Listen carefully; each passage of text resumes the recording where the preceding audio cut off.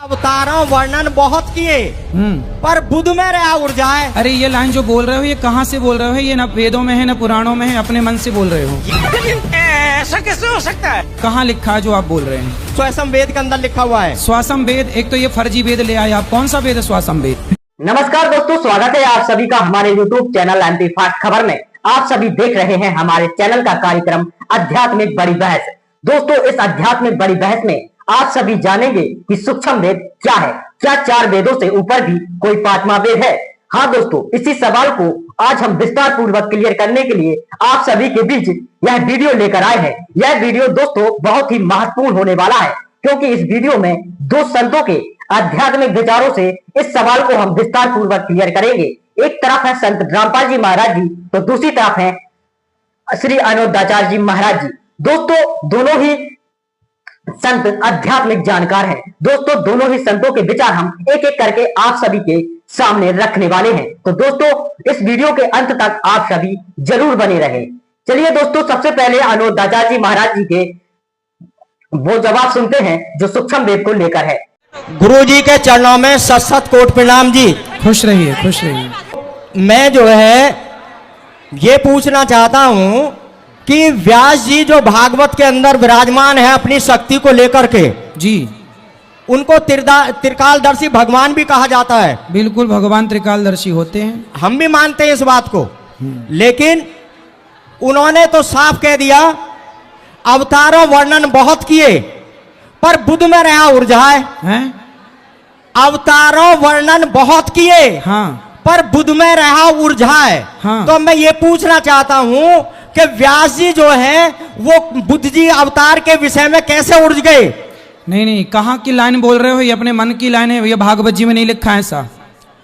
व्यास अवतार, बैठ जा भैया। व्यास अवतारों वर्णन बहुत किए। ये जो लाइन बोल रहे हैं ये भागवत जी की लाइन नहीं है। देखिए महाराज जी, व्यास जी की छाप है ना काई में। व्यास अवतारों वर्णन बहुत किए पर बुध में रहा ऊर्जा है। अरे ये लाइन जो बोल रहे हो ये कहाँ से बोल रहे हो? ये ना वेदों में है ना पुराणों में है, अपने मन से बोल रहे हो। ये जब आप हमारे विषय में पूछेंगे तब हम बताएंगे बुद्ध जी के विषय में। देखो, बुद्ध जी, भगवान बुद्ध का जो अवतार है वो भी अवतार है 24 अवतारों में।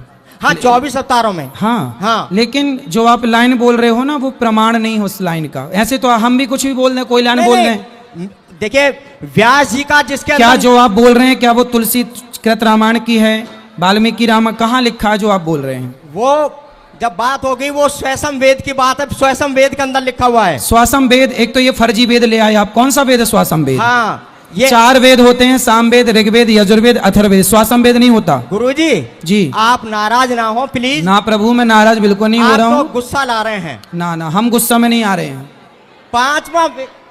पांचवा वेद, हाँ, पांचवा वेद 28वें कलयुग में। 28, ठीक है। पांचवा वेद 28वें कलयुग में आएगा।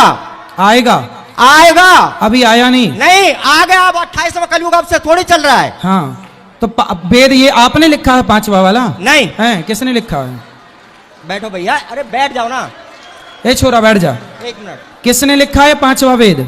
ये हाँ, ये किसी का कवि की कथा नहीं है। तो किसने लिखा है ये बताइए।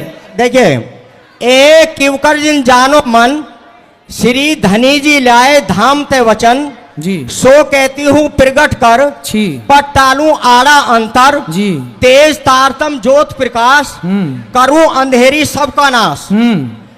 ये वेद है। पहले सुनिए। हाँ, तो ये तारतम का, ठीक है। तारतम की बात जो 12 सुरती निकली है, 12वीं सुरती के अंदर ये बात कही गई है कि तारतमेना जानाति सचदानंदम लक्षणम। तारतमेना जानाति सचदानंदम लक्षणम। हाँ। कि जब तक दुनिया में तारतम नहीं आएगा उस पूर्ण ब्रह्म परमात्मा की कोई पहचान नहीं कर पाएगा। राम जी कौन है? राम जी को भगवान नहीं मानते? हाँ, राम जी भगवान हैं। हाँ, जो भगवान किसा कहते हैं? बताओ। भगवान वो हैं जो देवी भागवत में कहा गया है, ब्रह्मा इंद्रास विष्णु शुक्रादि किल देवता, काल से वसगा सर्वे कालो ही दुर्तिक्रम। कि मैं ब्रह्मा, मैं विष्णु, मैं शंकर, कौन? मैं इंद्राक्ष, कौन? सब काल के वश में है। कौन कह रहा है ये? ये देवी भागवत के अंदर हाँ। ये स्वयं जो वाणी उतरी है, उन्होंने कहा है तो कि ये बात देवी भागवत में देवी जी ने कहा कि शंकर जी ने कहा कि नारायण ने कहा, किसने कहा ये बात? देवी जी ने कहा। हाँ, तो देवी ठीक है, देवी भागवत सही है। हाँ, नहीं तो आप देवी भागवत के बारे में बात करो, बात सही है, लेकिन पांचवा वेद जो आप बोल रहे हो ना वो फर्जी है। सुनो। हाँ गुरुजी प्लीज, अरे भाई सुनो। गुरुजी अगर पांचवा वेद, हाँ, पांचवा वेद अगर ग्रंथों के अंदर शंकर भगवान को तो आप लोग मानते हैं? आप नहीं मानते क्या शंकर जी को? मैं एक बात पूछ रहा हूं, शंकर भगवान को सब मानते हैं। हाँ ठीक है, हम भी मानते हैं। और हम भी मानते हैं बिल्कुल। शंकर भगवान ने अगर स्वयं वेद का वर्णन महेश्वर तंत्र के अंदर ना दिया हो, हाँ, तो मैं आपके साथ आज से हो जाऊंगा। अरे आपका हम करेंगे क्या ये बताओ? हाँ ये बताओ, हम आपका करेंगे क्या? आप हमारे साथ ना होइए तो ही ठीक है, क्योंकि हम बोलो और क्या। हाँ चलो। राम जी को मानते हो? राम जी को मानते हैं। कृष्ण जी को मानते हो? मानते हैं। रामपाल के चेला तो नहीं हो? नहीं। फिर ठीक है।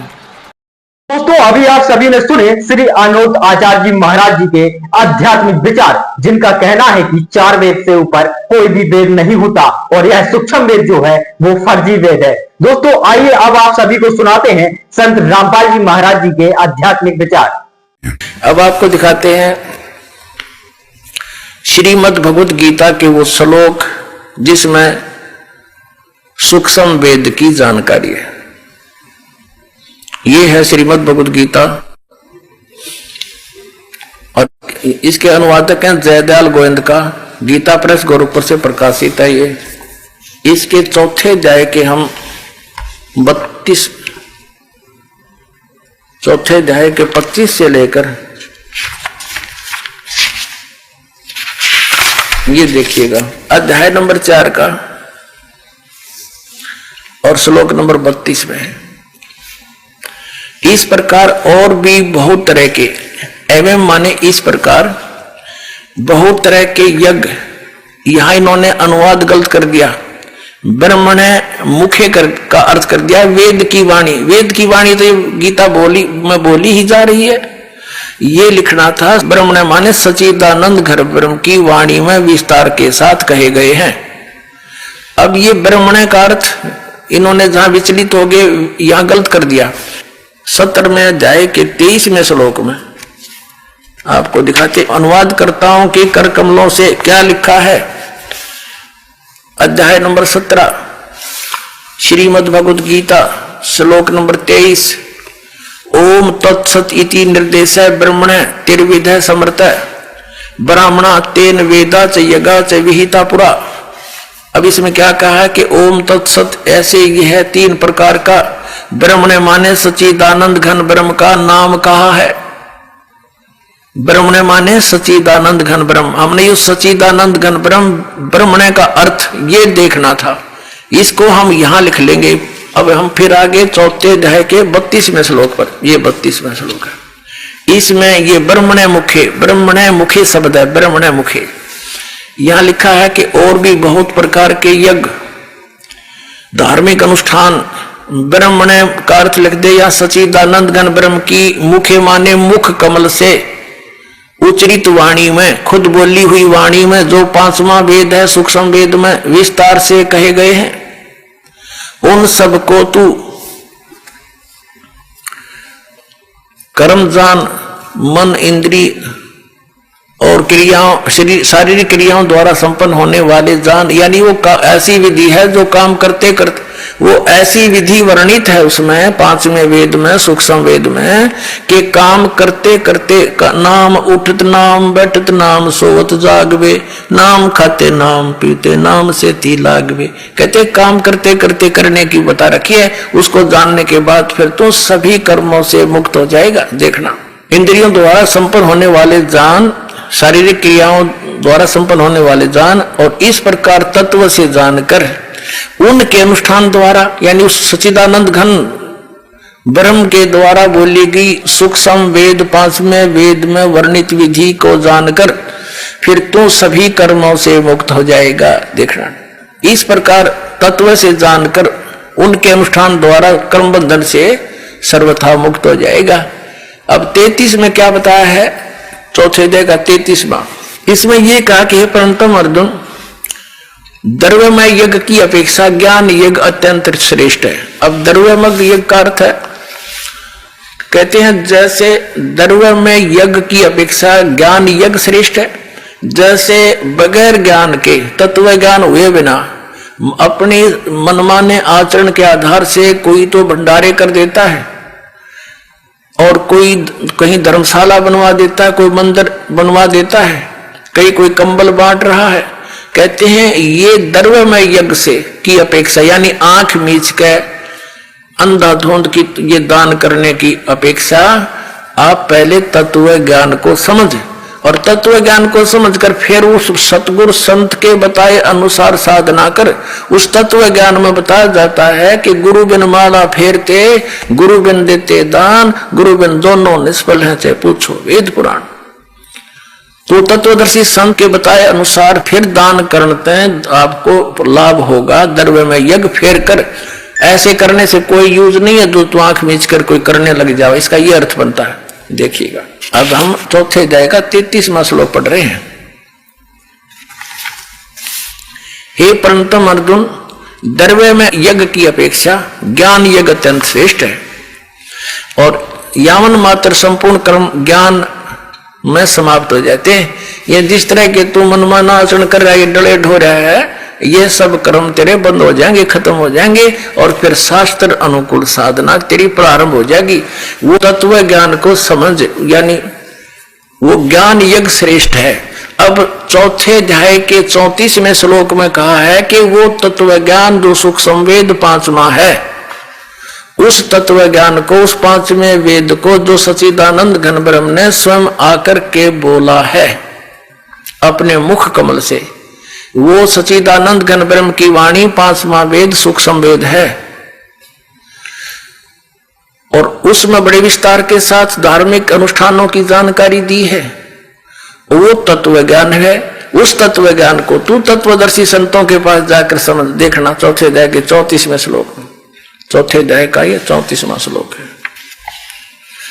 उस ज्ञान को, कौन से ज्ञान को, जो सच्चिदानंद घन ब्रह्म ने अपने मुख कमल से बोला है, सच्चिदानंद घन ब्रह्म की वाणी में 5वां वेद है, उस तत्व ज्ञान को तू तत्वदर्शी ज्ञानियों के पास जाकर समझ। उनको भली भांति दंडवत प्रणाम करने से और उनकी सेवा करने और कपट छोड़कर सरलता पूर्वक प्रश्न करने से वे परमात्म तत्व को तत्वदर्शी न, तत्वदर्शी संत तत्वदर्शी न, भली भांति परमात्म तत्व को, यानी तत्वदर्शी संत ज्ञानी महात्मा तुझे तत्व ज्ञान का उपदेश करेंगे। अपने आत्माओं, इन आचार्य नर शंकराचार्यों ने कख भी पता नहीं अध्यात्म मार्ग का, और 2500 वर्ष से हमें फिर गुमराह करके हमें खजूर पर टांग कर चले गए। दोस्तों, वीडियो अच्छा लगा हो तो वीडियो को लाइक कमेंट शेयर जरूर करें, और वीडियो से संबंधित अपनी राय हमें कमेंट बॉक्स में अवश्य दें। अभी तक आपने हमारे चैनल को सब्सक्राइब नहीं किया है तो कृपया ऐसे ही वीडियो देखने के लिए सब्सक्राइब जरूर कर लें। मिलते हैं दोस्तों ऐसे ही वीडियो के साथ नेक्स्ट वीडियो में, तब तक के लिए जय हिंद।